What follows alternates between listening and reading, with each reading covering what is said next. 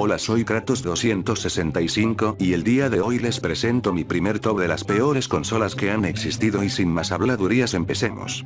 En el puesto número 10 se encuentra Apple Pipín. No todas las creaciones de Apple son exitosas frente a los iPods o los iPhones. Podemos situar este aparato que pretendía ser una consola de videojuegos y también un ordenador de red para navegar en la web y un reproductor multimedia. El Pipín fue diseñado por Apple en los años de 1996 como un aparato multimedia y licenciado a otras empresas para su fabricación. Desfortunadamente para Bandai Catch Media el sistema no desempeñó nada bien ninguna de las funcionalidades para las que había sido creado. En el mundo Mac se le conoce como uno de los 6 peores productos de Apple. En contra, el procesador es lento, módem lento, un precio muy elevado, pocos juegos y programas. El punto débil más importante es que había diseñado para un mercado que no existía. A favor, se trataba de un proyecto avanzado a su tiempo. En el puesto número 9 la Game.com. A mediados de los 90 la empresa Tiger estaba bien establecida como productora de juegos electrónicos de bolsillo. En el año 1997 intentó asaltar el predominio que tenía la Nintendo Game Boy en el mercado. Para ello presentó la Game.com. Se trataba de la primera consola portátil táctil con conectividad a internet. Era bastante deficiente ya que solo podía soportar texto y la conexión se realizaba a través de un cable serie conectado a un módem externo, tecnología de los años 80 para un aparato de los 90.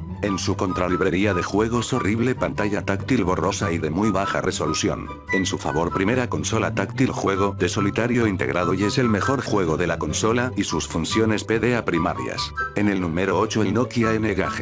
En los albores del siglo XXI la prestigiosa Nokia presenta la N-Gage, es mitad teléfono móvil y mitad consola, y en este caso 1 más 1 no son 2 sino 1.40 ya que ni el teléfono móvil era un móvil bueno ni la consola una buena consola. En su contra para cambiar los juegos había que quitar la tapa trasera y también la batería. Una librería de juegos pobre, la situación del micrófono y el auricular en el lateral se veía la obligación de coger el terminal de una manera peculiar durante una conversación y los botones de control estaban mal diseñados. A su favor incorporaba la posibilidad de multijugador sin cables, una conexión a internet y aunaba en un solo dispositivo una consola portátil y un teléfono. En el número 7 Mattel y Perscan. Este era un proyecto de consola lanzado en 2006 en la que cada juego iba acompañado de una colección de cromos que luego podíamos usar para mejorar nuestras posibilidades en el juego. Cada cromo tenía un chip de radiofrecuencia que lo identificaba. En un principio la idea era bastante buena, vendías la consola, vendías los juegos y los cromos.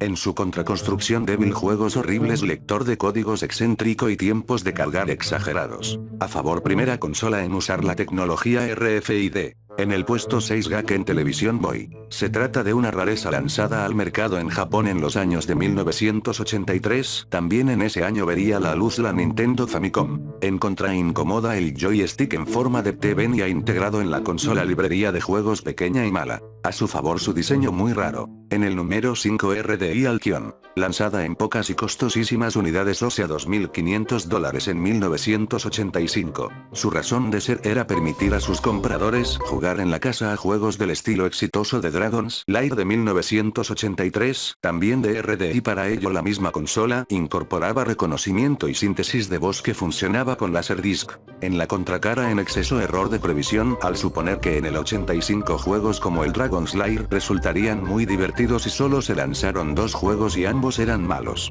A su favor lo ambicioso del proyecto. En el número 4 Philips CDI. Fue concebido como un producto multimedia para juegos y educación cuyo objetivo era ocupar un puesto al lado del video. Lanzado al mercado en 1991, Philips licenció a otros fabricantes para que construyeran reproductores CDI. A pesar de esto el sistema fracasó. En su contra extensa librería de juegos aburridos o malos y su calidad de video mala y un diseño pobre de los controles. A su buen favor el interés que la saga de Zelda para CDI despierta en eBay, a pesar de ser las peores versiones que se han producido. Y para mí estas consolas fueron horribles. En los siguientes 3 puestos. En el puesto número 3 Tandy Memory XBIS, otra solución multimedia lanzada en el 92 en la línea de la Philips CDI. En la contra prácticamente el software era inexistente, el hardware era bastante corto, una Intel 286 y el software de sistema obsoleto, una versión especial del Windows 3.1. A su favor el mando inalámbrico y el juego de Golf Links.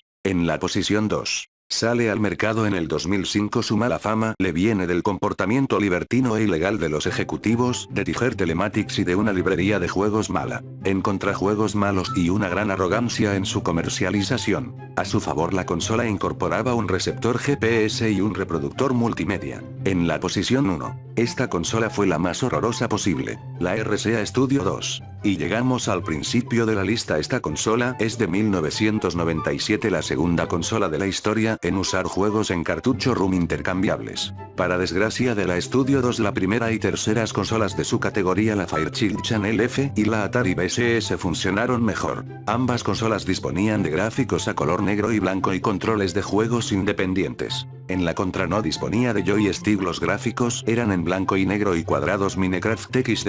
El audio provenía de un altavoz situado en la propia consola. A su favor, todavía nadie ha informado 32 años después de que la consola explote al ser tocada.